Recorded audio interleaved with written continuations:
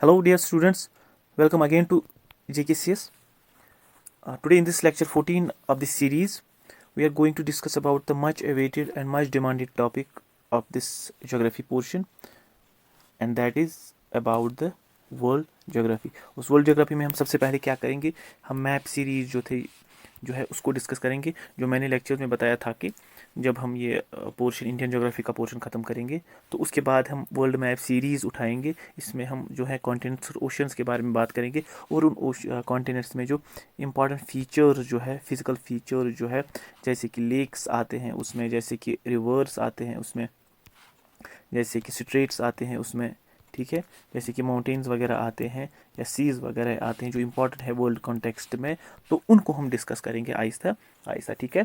तो बहुत ही इंपॉर्टेंट जो है टॉपिक रहने वाला है, इंटरेस्टिंग टॉपिक रहने वाला है, because this series is going to help you in preparing for many competitive exams. आपकी जनरल अवेयरनेस के लिए भी बहुत ज़रूरी है, आपके जीके पोर्शन के लिए भी ज़रूरी है, क्योंकि जीके पोर्शन का कोई स्टैटिक पोर्शन होता है जिसमें ये दुनिया भर में जो इंपॉर्टेंट फिजिकल फीचर्स होते हैं, इंपॉर्टेंट जो लीक्स वगैरह होते हैं, इनके बारे में जानना, ठीक है, या जनरल अवेयरनेस के बारे में, because some of the physical feature जो है ये दुनिया भर में जहाँ जहाँ कहीं भी पॉलिटिकल डिस्प्यूट चल रहे हैं तो उनकी वजह से ये हमेशा सुर्खियों में रहते हैं, न्यूज़ में रहते हैं, तो उसके लिए इनका जानना जो है आपके लिए बहुत ज़रूरी है, ठीक है। तो इसके लिए आपकी अगर रिक्वायरमेंट है तो एटलीस्ट अगर आपके पास एटलस है तो बहुत अच्छी बात है, चाहे ओरिएंटल का है, ओरिएंटल लॉन्गमैन, या जो होता है किसका वो ब्लैक स्वान का आता है, तो वो अगर आपके पास है तो अच्छी बात है। इनकेस आपके पास कोई एटलस नहीं है, ओरिएंट लॉन्गमैन या कोई और, तो एटलीस्ट जो है गूगल से आप जो है मैप डाउनलोड कर कीजिए, और जो जो हम यहाँ पे पढ़ेंगे, डिस्कस करेंगे, अपनी जगह पर मैप को जो है डाउनलोड करके उन चीज़ों को, उन जगहों को खुद भी मैप में लोकेट करो, ताकि जो है मैप में देखने का जो है फ़ायदा यही रहता है कि ये चीज़ें जो है खुद याद रहती है जब हम खुद मैप पे लोकेट करते हैं। मैं भी आपको यहाँ पे एक ब्रीफ व्यू दूंगा किसी जगह का, किसी लोकेशन का, बट वो जगह जो है एक माइंड मैप तभी बन जाएगा आपके दिमाग में जब आप वो जगह खुद अपने आप मैप पे लोकेट करोगे। So my suggestion is that कि एटलस या मैप जो है वर्ल्ड का या उन जगहों का, कॉन्टिनेंट्स का जो हम डिस्कस करने वाले हैं, उनका मैप जो है डाउनलोड करके रखो, और साथ ही साथ वो आपकी प्रेपरेशन करने में भी बहुत फ़ायदेमंद साबित होगी, ठीक है। Because at the end of the day जो स्टूडेंट्स होते हैं वो बहुत सारे एग्ज़ामों के लिए at the same time simultaneously prepare कर रहे होते हैं। कोई जो है खुशकिस्मत होता है या जो ज़्यादा हार्ड वर्क करते हैं तो आगे चले जाते हैं, और जो पीछे रह जाते हैं ड्यू टू वन रीज़न और अदर, ठीक है, तो कभी किस्मत किसी का साथ देती है, किसी की किस्मत कभी साथ नहीं देती, किसी का अच्छा दिन होता है एग्ज़ाम के दिन, किसी का बुरा दिन होता है अगर उसने अच्छा भी पढ़ा होगा, तो ये सब चीज़ें बहुत सारी मैटर करती हैं। और कहने का मतलब ये है कि जब आप फुल जो है कॉम्प्रहेंसिवली पढ़ोगे तो एक एग्ज़ाम में अगर ड्यू टू वन रीज़न और अदर आपको जो है आप क्वालिफाई नहीं कर पाते हो, तो वही नॉलेज, वही प्रिपरेशन जो है उसके साथ आपको दूसरे एग्ज़ाम में फ़ायदा होने ही वाला है, and that is for sure, ठीक है। तो चलिए बढ़ते हैं आगे और स्टार्ट करते हैं वर्ल्ड मैप से, ठीक है। ये जो आपके सामने मैप है ये वर्ल्ड मैप का है, ठीक है, ये वर्ल्ड का मैप है, ठीक है, ये वर्ल्ड मैप है, ठीक है। इसमें से जो ब्लू ब्लू जो है दिखाए गए हैं ये वाटर बॉडीज़ हैं या ओशंस हैं, ठीक है, और ये जो ग्रीन में दिखाए गए हैं यहाँ से यहाँ से यहाँ से यहाँ से यहाँ से यहाँ से, और ये कॉन्टिनेंट्स है, ठीक है। हमने जब हिमालयाज़ की बात की थी, हिमालयन जो है फॉर्मेशन की बात की थी, हमने उसमें डिस्कस किया था कि 200 to 300 मिलियन ईयर्स एगो, 200 से 300 मिलियन ईयर्स एगो, पहले 200 से 300 मिलियन साल पहले जो था वर्ल्ड की जो लैंड सरफेस थी, बॉडी थी, ठीक है, लैंड मास जो था एक यूनिफाइड लैंड मास था, ठीक है। ये मैं इस टाइम फिर से रिपीट इसलिए कर रहा हूँ बिकॉज ये मच एवेटेड टॉपिक था। किसी ने अगर पुराने टॉपिक स्किप किए होंगे, ये टॉपिक जो है देखेगा तो उसको समझ नहीं आएगा ऑल ऑफ अ सडन ऐसा क्या हो गया, तो तभी मैं फिर से यहाँ पे थोड़ा ब्रीफ आइडिया दूंगा कि जो है लैंड मास जो है या जितने भी सारे कॉन्टिनेंट्स आज अपनी अपनी जगह पे हैं, आज एक टाइम पे ये सब यूनिफाइड लैंड मास था जिसको हम पेंजिया कहते थे। पेंजिया मतलब ये एक लैंड मास थी, यूनिफाइड जो है कॉन्टिनेंट, जब सारे कॉन्टिनेंट एक साथ जो थे जमा हो गए थे, ठीक है। उसके बाद वो जो है अलग अलग टूटने लगे, फिर अलग अलग दूर जाने लगे और अपनी प्रेजेंट पोजीशन में आ गए जहाँ पर ये आज है, ठीक है। तो इस पेंजिया के इर्द गिर्द, इस पेंजिया के इर्द गिर्द जो थी एक वाटर बॉडी थी, common water body, that means 200 से 300 मिलियन साल पहले लैंड बॉडी भी कॉमन थी, जिसको हमने पेंजिया कहा, और वाटर बॉडी जो थी सराउंडिंग दिस पेंजिया, इसको हम पेंथाल्सा के नाम से जानते थे। ठीक है, अब ये पेंजिया के साथ क्या हुआ, पेंथाल्सा के साथ हुआ ये कि कॉन्टिनेंटल ड्रिफ्ट थ्योरी का जो है, उसके कहने के मुताबिक जो 1924 में अल्फ्रेड वेगनर ने जो है डिवाइस किया, अल्फ्रेड वेगनर ने हमें बताया कि आज से 200-300 मिलियन साल पहले ये पेंजिया जो था, due to many forces, gravitational forces जो थे इसमें, या प्लेट टेक्टोनिक्स का कंसेप्ट इसमें आ गया, तो उन चीज़ों की वजह से ये जो है कॉन्टिनेंट्स या ये पेंजिया जो है ये टूट गया। टूटने के बाद ये अलग अलग डायरेक्शंस में जो है मूव करने लगा। ठीक है, स्टैटिक नहीं रहा, मूव करने लगा। और इसके साथ जो पेंथाल्सा जो था, वाटर बॉडीज जो थी, तो इन्होंने अलग अलग क्या बनाए, इन्होंने अलग अलग ओशियंस बनाए। जिस तरह इस पेंजिया ने अलग अलग कॉन्टिनेंट्स बनाए, तो पेंथाल्सा ने अलग अलग ओशियंस बनाए।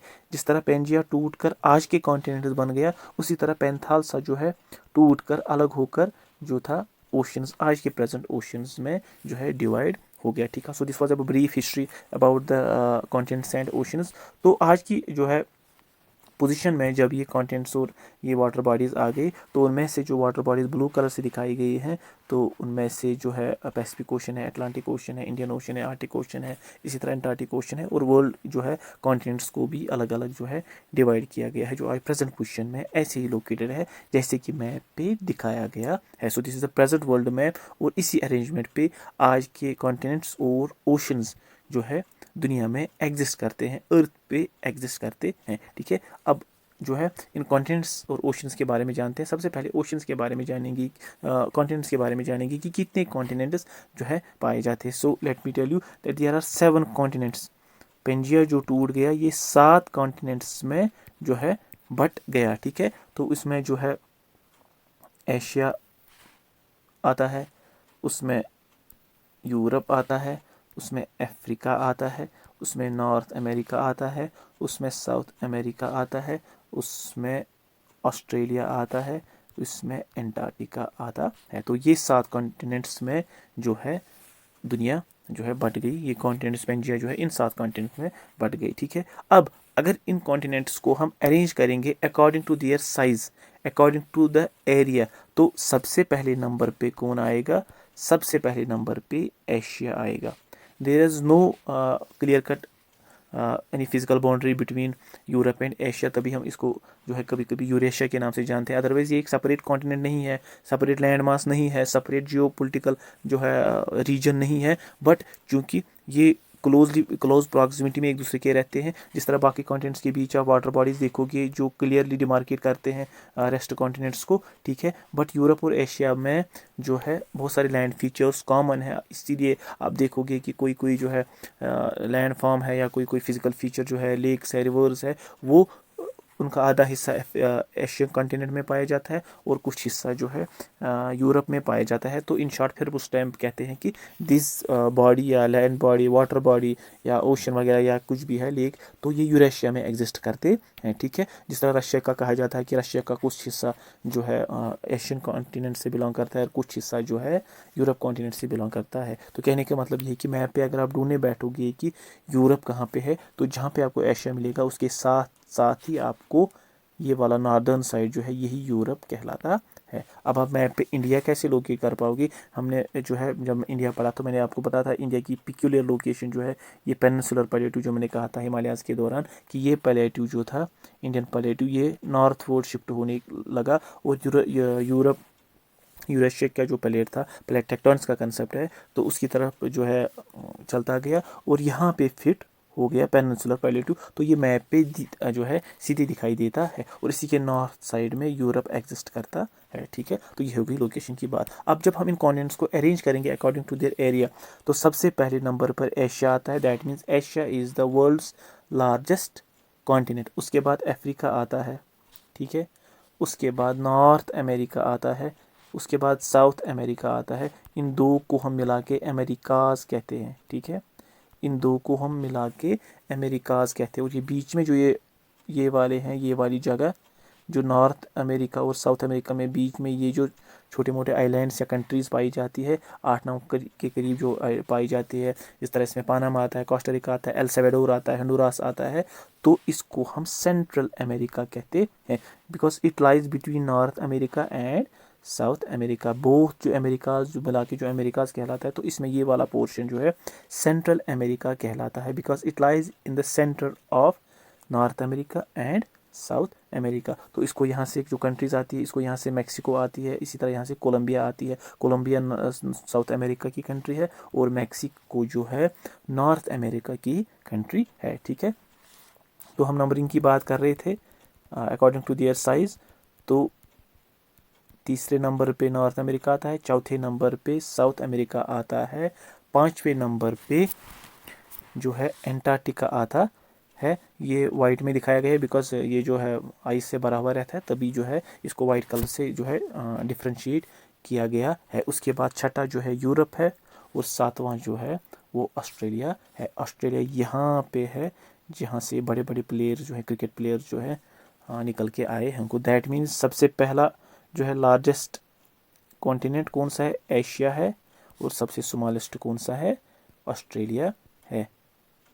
इन टर्म जब एरिया के हिसाब से हम इनको जो है क्लासिफाई करते हैं। ठीक है, एशिया मैप पे लोकेट करो, Asia, Africa, North America, South America, Antarctica, Europe, Australia. ठीक है, ये दो अमेरिकाज खुद ब खुद लोकेट हो जाते हैं मैप पे। अफ्रीका की यूनिक शक्ल जैसी है, ठीक है, ये भी याद रहता है, ऑस्ट्रेलिया सीधे याद रहता है। और जब भी मैंने कहा कि ये पेनिनसुलर पार्ट नज़र आता है, तो इसके साथ ही आपको एशिया दिखेगा और एशिया के साथ साथ ही land mass, common land mass जैसे है तो यूरेशिया, तो यूरोप भी वहीं पे एग्जिस्ट करता है। तो इन कॉन्टिनेंट्स को माइंड मैप पे बिठा के रख लो कि कौन कौन सा कॉन्टिनेंट कहाँ कहाँ पे एग्जिस्ट करता है। फिर से स्टार्ट करते हैं, Asia, Africa, North America, South America, Europe, Antarctica and Australia. So these are the 7 continents in terms of area. सबसे लंबा बड़ा जो है वो एशिया है और सबसे छोटा जो है वो ऑस्ट्रेलिया है। ऑस्ट्रेलिया की खास बात यह है कि ये एक जो है कंट्री, सिंगल कंट्री है, कंट्री भी है और एट द सेम टाइम जो है कॉन्टिनेंट भी है। ठीक है, उसके बाद अगर हम इन कॉन्टिनेंट्स को पॉपुलेशन के हिसाब से अरेंज करेंगे तो कैसे अरेंज करेंगे, एशिया वहाँ पे भी नंबर 1 आएगा, Asia number 1, Africa number 2 in terms of population. मैं पॉपुलेशन की बात कर रहा हूँ।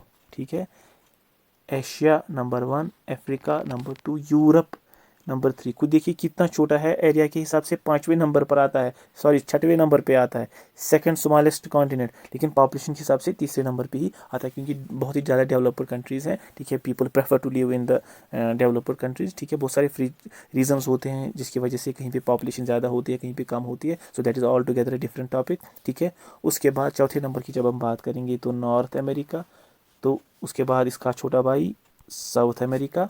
ठीक है, उसके बाद एंटार्क्टिका और सॉरी ऑस्ट्रेलिया।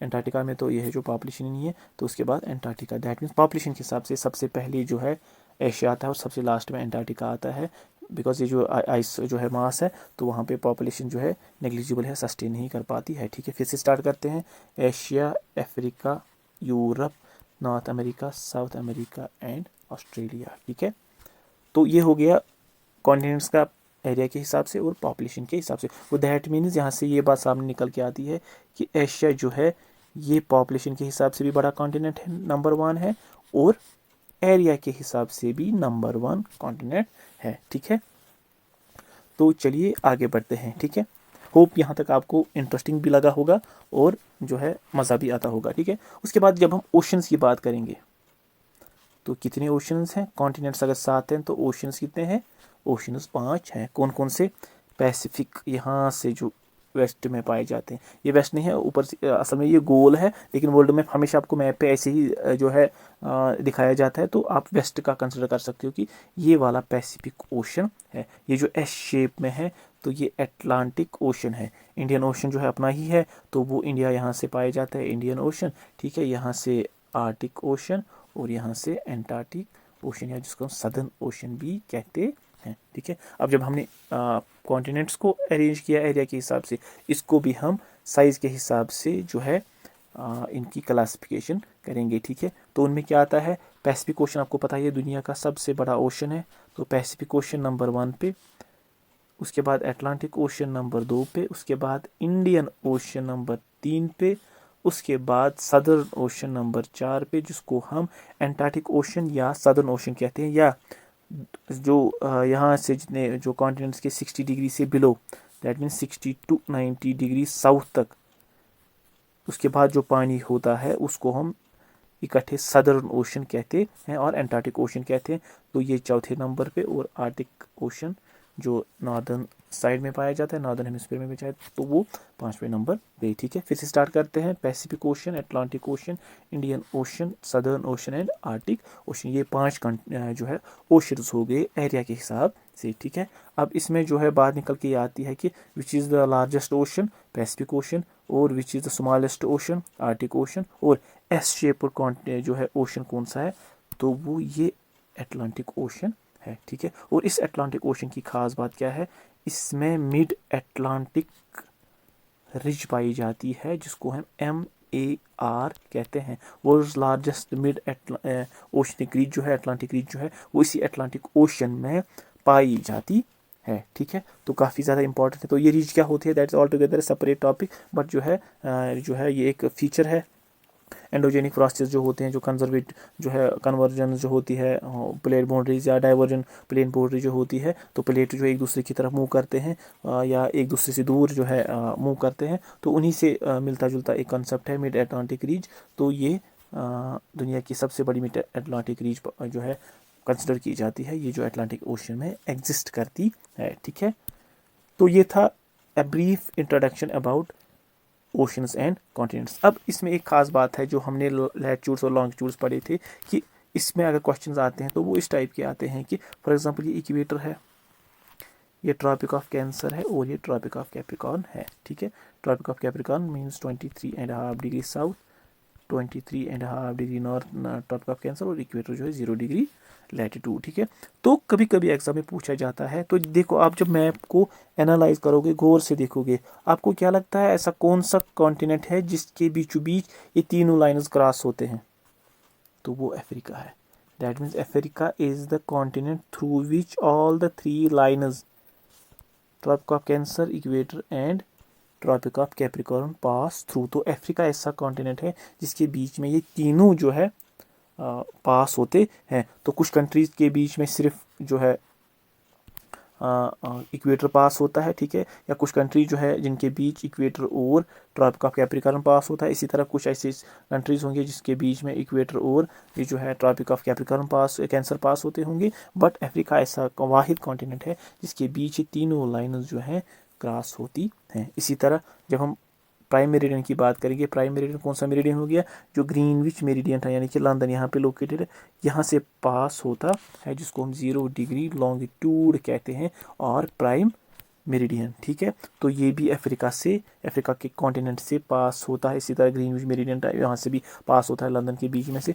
तो इक्वेटर और ये प्राइम मेरिडियन जिस जगह पर मिलते हैं, ये एक जगह पर मिलते हैं, तो उस जगह को क्या कहते हैं हम, ये जो है अफ्रीका के साथ ही एक जो है जगह है, एक वाटर बॉडी है, जिसको हम गल्फ ऑफ गिनी कहते हैं। इसी गल्फ ऑफ गिनी में जो है प्राइम मेरिडियन और इक्वेटर जो है इंटरसेक्ट होते हैं। तो ये पॉइंट जो है याद रखना कि gulf of Guinea is a place wire prime meridian and equator pass through या इंटरसेक्ट ईच अदर। ठीक है, तो ये कुछ इंपॉर्टेंट फैक्ट्स थे रिगार्डिंग कॉन्टिनेंट्स एंड ओशंस। अब वो चीज़ें जो हैं, लोकेशंस या वो सब जो है जो अक्सर बेशतर आपको सुनने को मिलेंगी।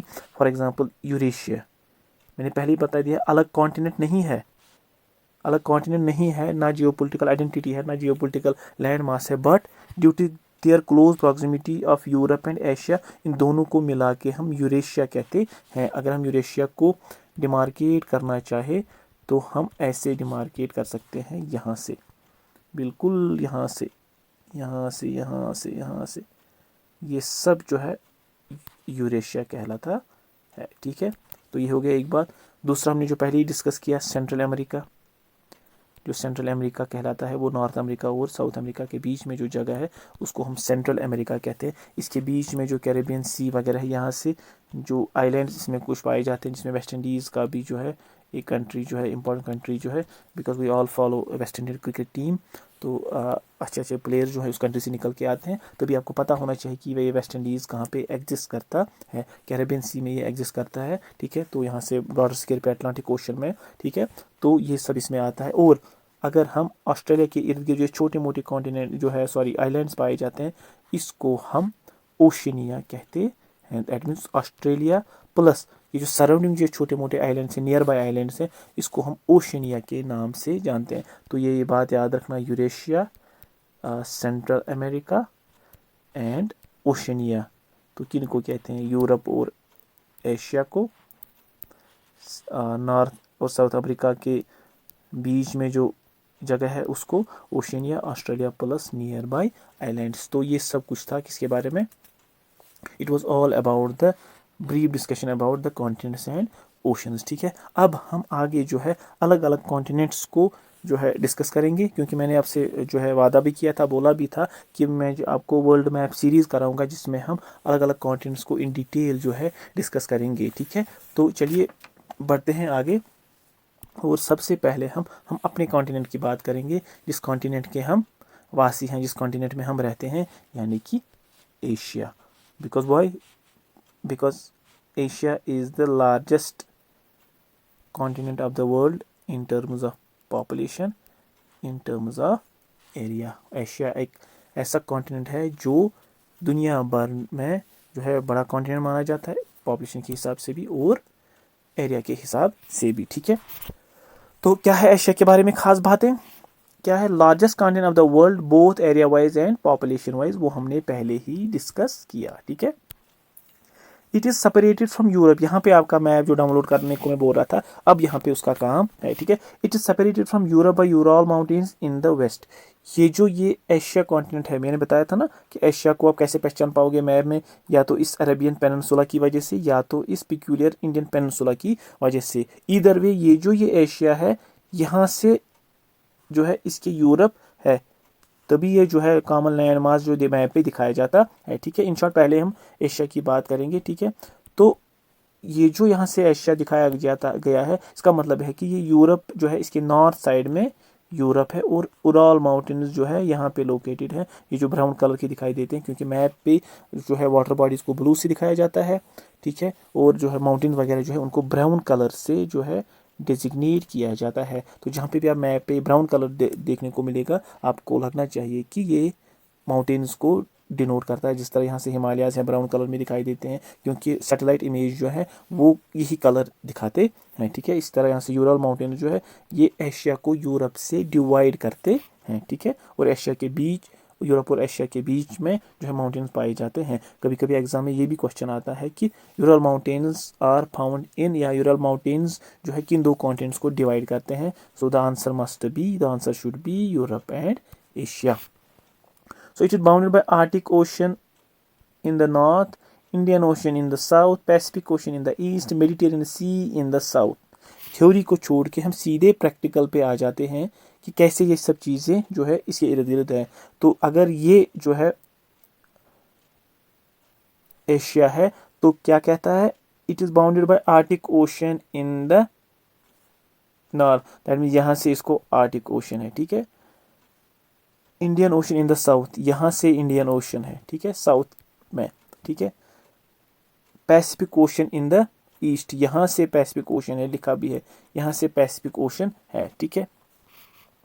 And Mediterranean sea in the south west. South west कौन सी डायरेक्शन हो गई?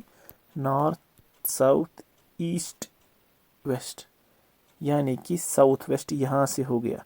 अब जूम करके जब आप जूम करके देखोगे, हम यहाँ पे पहुँच गए, कहाँ पे?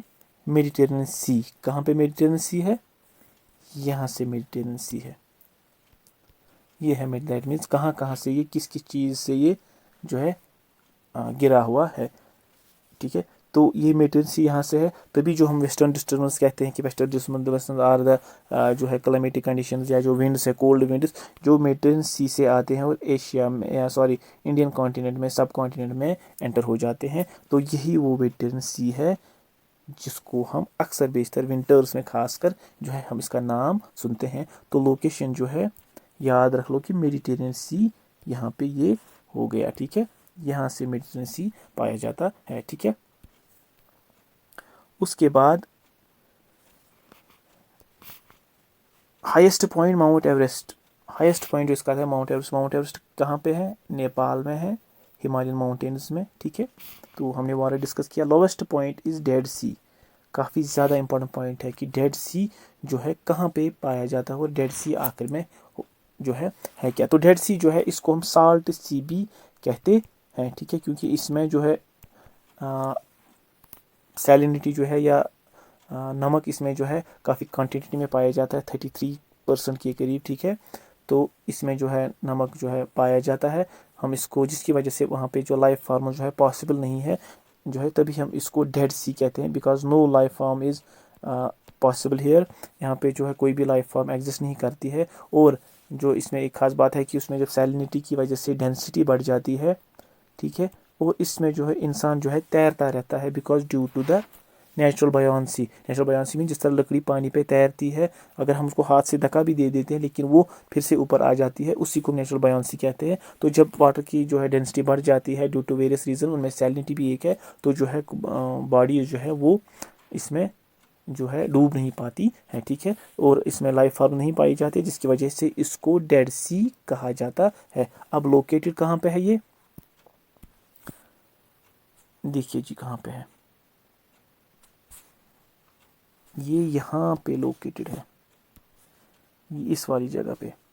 That means Israel and Jordan की कंट्रीज़ में इस डेड सी को जो है पाया जाता है। तो ईस्ट साइड से इसको जॉर्डन है, इसराइल अलग कंट्री है, जॉर्डन अलग कंट्री है, ठीक है।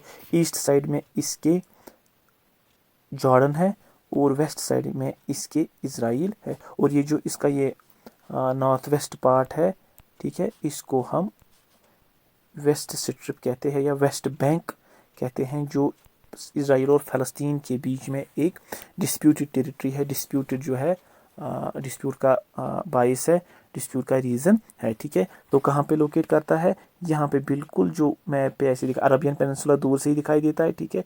इस अरबियन पेनिनसुला की यहाँ पे ये जॉर्डन और इसराइल के बीच, दोनों कंट्रीज़ के बीच पाया जाता है डेड सी, ठीक है।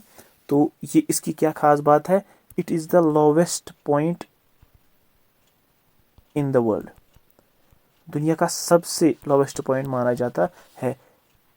अब जब ये वर्ल्ड का लोवेस्ट पॉइंट हो गया, दैट मीन्स सीधी सी बात है ये एशिया का भी लोवेस्ट पॉइंट हो गया। अगर माउंट एवरेस्ट हाईएस्ट पॉइंट है तो लोवेस्ट पॉइंट क्या है?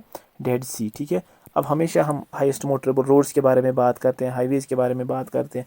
अब अगर ये lowest point in the world है, लोवेस्ट पॉइंट जो है दुनिया का है, इसका मतलब क्या हो गया कि अगर इस पे कहीं पे सड़क वगैरह होगी, रोड वगैरह होगा, तो आपको नहीं लगता कि वो भी दुनिया का लोवेस्ट रोड होगा, लोवेस्ट मोटरेबल रोड होगा, लोवेस्ट रोड होगा? हाँ बिल्कुल है।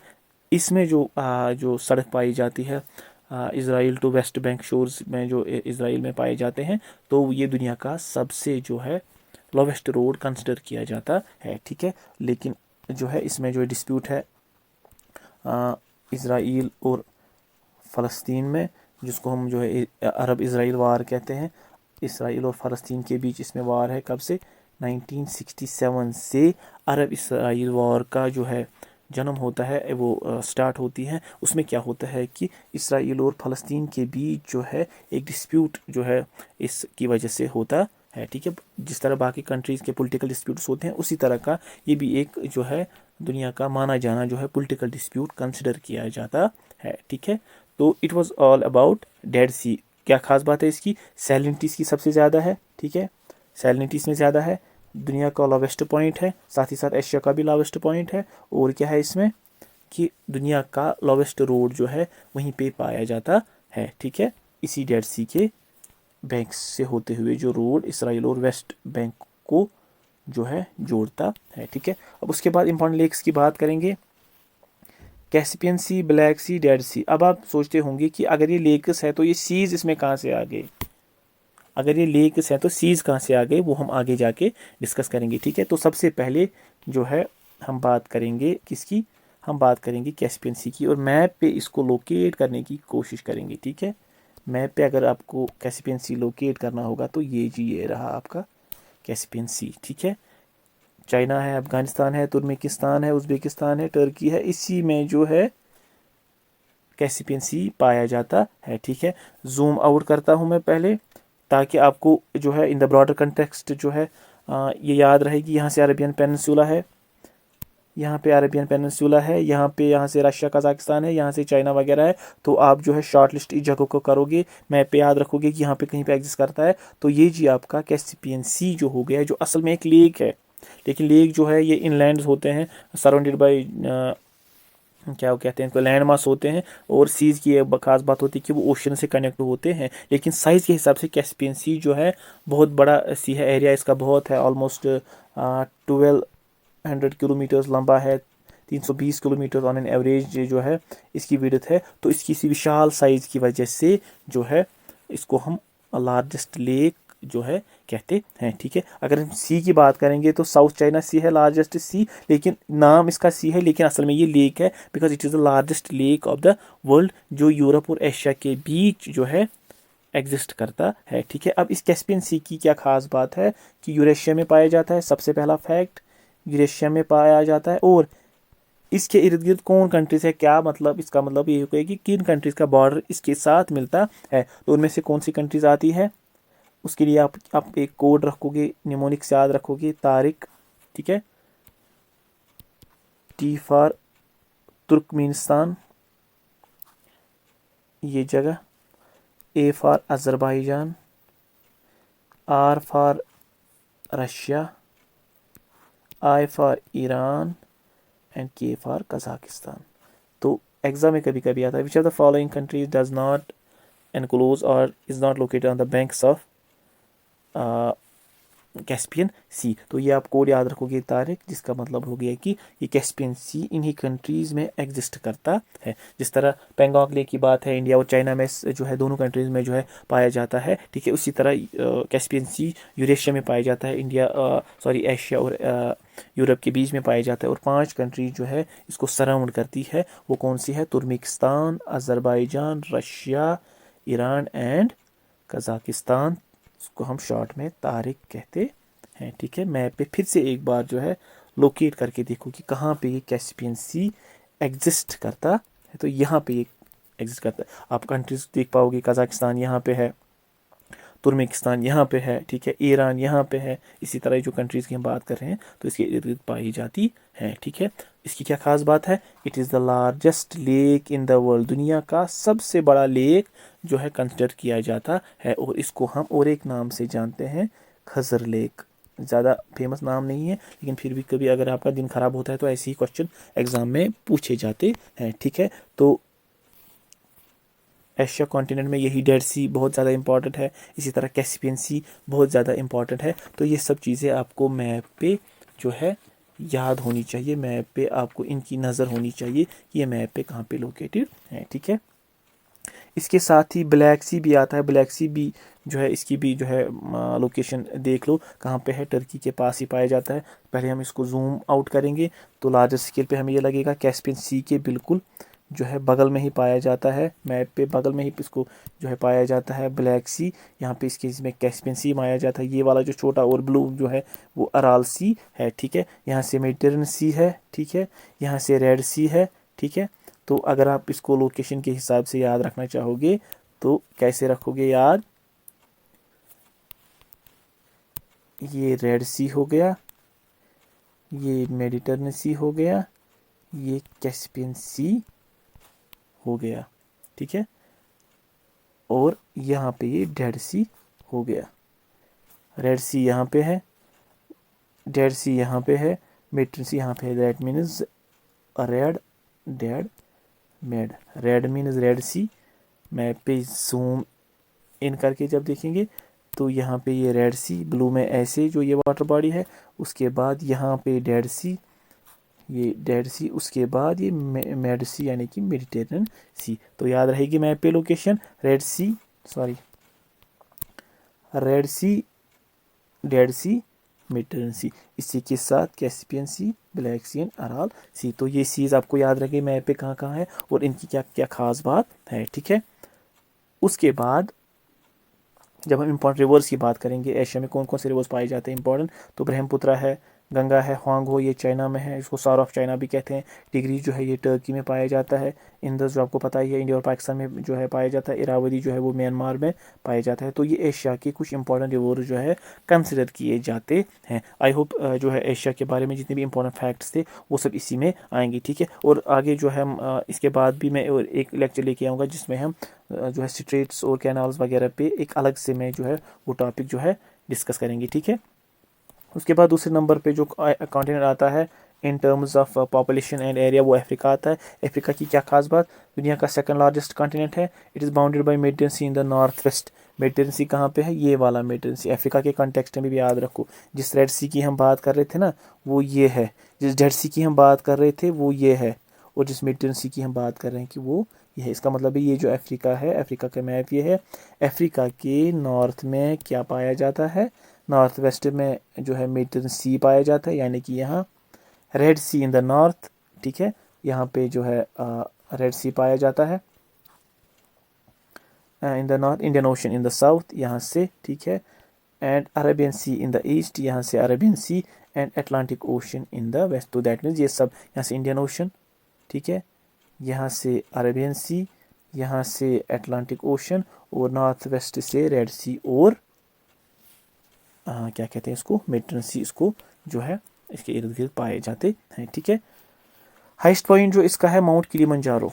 अगर आपको याद होगा जब हमने क्लाइमेट फैक्टर्स पढ़े थे मैंने आपको बताया था कि अल्टीट्यूड जो है it is also one of the most important climate controlling factor की। इस चीज़ से भी जो है किसी जगह का जो है क्लाइमेट डिटरमिन होता है। That is why we say the higher you go the cooler it is. मैंने उस टाइम पे आपको एक बात बोली थी कि उसका मतलब ये हो गया कि अगरचे इक्वेटर जो है एक हिसाब से अगर हम देखें कि इक्वेटर पे जो सन की रोशनी जो है गर्मी ज़्यादा रहती है, मगर वो लैटिट्यूड हो गया। अगर इसी इक्वेटर पे कोई माउंटेन बॉडी होगी, माउंटेन जो होगा को दैट मीन इसके टॉप पे जो है बर्फ भी होती होगी, माइनस टेम्परेचर भी होगा। उस टाइम मैंने आपको बताया था कि mount Kilimanjaro is located on equator, but altitude की वजह से इसमें बर्फ़ पाई जाती है। और ये कहाँ पे है, ये तंजानिया में एक जगह पे पाया जाता है। तंजानिया जो है इस वाले एरिया में जो है कंट्री पाई जाती है, ठीक है।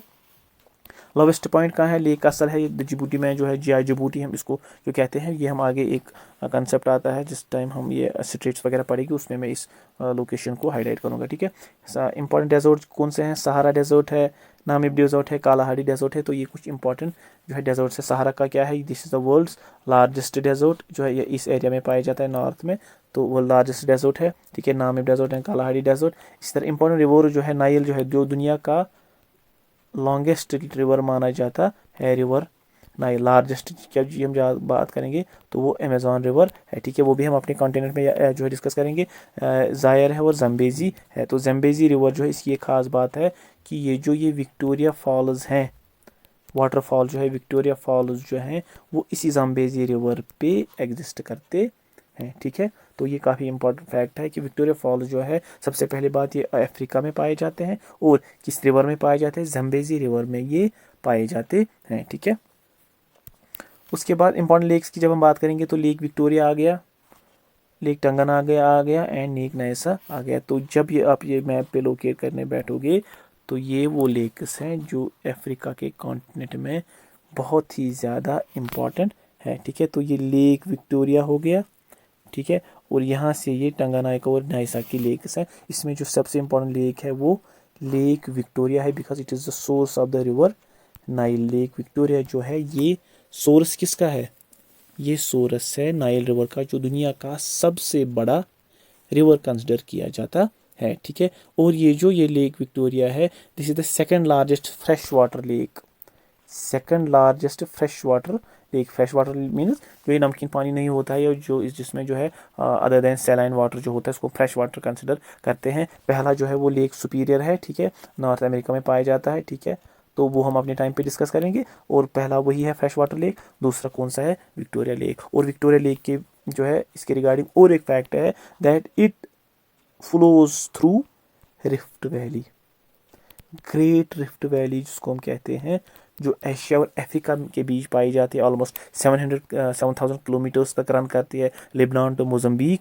ठीक है, तो ये लेक विक्टोरिया जो है इसी रिफ्ट वैली के बीच में फ्लो करता है। अब आपका नेचुरल सा सवाल है कि ये रिफ्ट वैली क्या होती है, और होना भी चाहिए कि ये रिफ्ट वैली आकर होता क्या है। तो रिफ्ट वैली तो जो है प्लेट टेक्टोन्स का कंसेप्ट एक है कि प्लेट जो है वो एक दूसरे की तरफ मूव करते हैं, या कभी कभी दूर जो जाते हैं, दूर भी ये प्लेन जो है ये है दूर भी जाते हैं, और ये प्लेट जो है मूवमेंट में एक दूसरे के पास भी आते हैं। ठीक है, तो यही जो फॉल्टिंग के दरमियान जो होती है, सिंपल सा मैं बताता हूँ, तो ये जो फॉल्ट्स डेवलप होते हैं, क्रैक्स डेवलप होते हैं अर्थ के क्रस्ट में, तो कभी कभी क्या होता है कि साइड के दो जो है लिथोस्फेरिक प्लेट्स या स्लैब जो है अपनी जगह पे रहते हैं, और बीच वाला जो है ये नीचे धंस जाता है, नीचे ये मूव हो जाता है। जब इसकी शक्ल फिर कैसे बनती है, तो इसकी शक्ल फिर ऐसे बनती है। दैट मीन्स ये दो क्रिस्टल प्लेट जो है ये अपनी जगह पे रह गए, ये मूव नहीं हो गए, और ये वाला जो है ये नीचे की तरफ धंस गया, और आपको लगेगा कि दिखता है कि एक वैली जैसी क्रिएट हो गई, जिसको हम रिफ्ट वैली कहते हैं। ठीक है, कभी कभी ये ऊपर रह जाता है, ये नीचे गिर जाते हैं, उसी को ब्लॉक माउंटेन्स कहते हैं। वो ऑल टुगेदर डिफरेंट चीज़ है। यहाँ पे बात रिफ्ट वैली की आ गई, मैंने सोचा थोड़ा थोड़ा आपको बताता चलूँगा। दैट मीन्स अगर ये लैंड मास ऊपर चला जाता है तो ब्लॉक माउंटेन्स बनाते हैं। फोल्ड माउंटेन्स का अपोजिट माने कि फोल्ड माउंटेन्स के बनने की अपनी एक प्रोसेस है, ब्लॉक माउंटेन्स बनने की अपनी एक प्रोसेस है। इसी तरह जो ये डिप्रेशन जैसा क्रिएट हो जाता है उसको हम रिफ्ट वैली कहते हैं। और यही ग्रेट रिफ्ट वैली एशिया और अफ्रीका में जो है पाई जाती है, which is somehow 7,000 kilometres long. और ये जो लेक विक्टोरिया है ये इसी यहाँ से एग्जिस्ट करता है। वो यहाँ से वो अफ्रीका हॉर्न कहते हैं इसको, अफ्रीका का हॉर्न कहते हैं इसको, इस वाले जंप को। तो यहाँ से रिफ्ट वैली एग्जिस्ट करती है, और इसी में बीच जो है आप देख भी सकते हो, इसी के बीच जो है ये लेक विक्टोरिया जो है एग्जिस्ट करता है। ठीक है, अब जब एशिया और जो अफ्रीका है ये यूरेशिया के साथ यानी कि यूरोप के साथ 3 जगहों पे जो है टच करता है। कहाँ कहाँ पे, straight of Gibraltar, Swiss and बाबल मंडप। ये जो है 3 ऐसी चीज़ें, ये कभी कभी एग्जाम में भी पूछे जाते हैं कि straight of Gibraltar, south Swiss and बाबल मंडप, ये 3 चीज़ें किन 2 कॉन्टिनेंट्स को जो है लैंड मासेस को कनेक्ट करता है। तो ये एशिया या जिसको हम यूरेशिया कहते हैं और अफ्रीका को कनेक्ट करता है। ठीक है, जब हम स्ट्रेट्स अलग से पढ़ेंगे तो उस टाइम पे हम इन चीज़ों को जो है फिर से मैप पे देखने की कोशिश करेंगे। ठीक है, तो आज के लिए बस इतना ही। तो हमने पहले वर्ल्ड कॉन्टिनेंट्स ओशन का एक ब्रीफ लेआउट लिया, समझा, उसके बाद एशिया और अफ्रीका जो है हमने स्टडी किया। तो ये इस जो है वर्ल्ड मैप सीरीज़ का पार्ट 1 था, जिसमें हमने ये इंट्रोडक्शन लिया और 2 कॉन्टिनेंट्स को डिस्कस किया। और पार्ट 2 में हम रेस्ट कॉन्टिनेंट्स और उसमें जो लेक्स वगैरह आते हैं उनको हम डिस्कस करेंगे। ठीक है, होप जो है आपका वो ये लेक्चर जो है समझ आया होगा। अगर फिर भी इसके रिगार्डिंग जो कन्फ्यूजन है, या आप इसमें अब और भी खुद पॉइंट्स ऐड कर सकते हैं। ठीक है, लेकिन जो जो ज़रूरी था यहाँ पे बताना वो मैंने इसमें इंक्लूड किया है।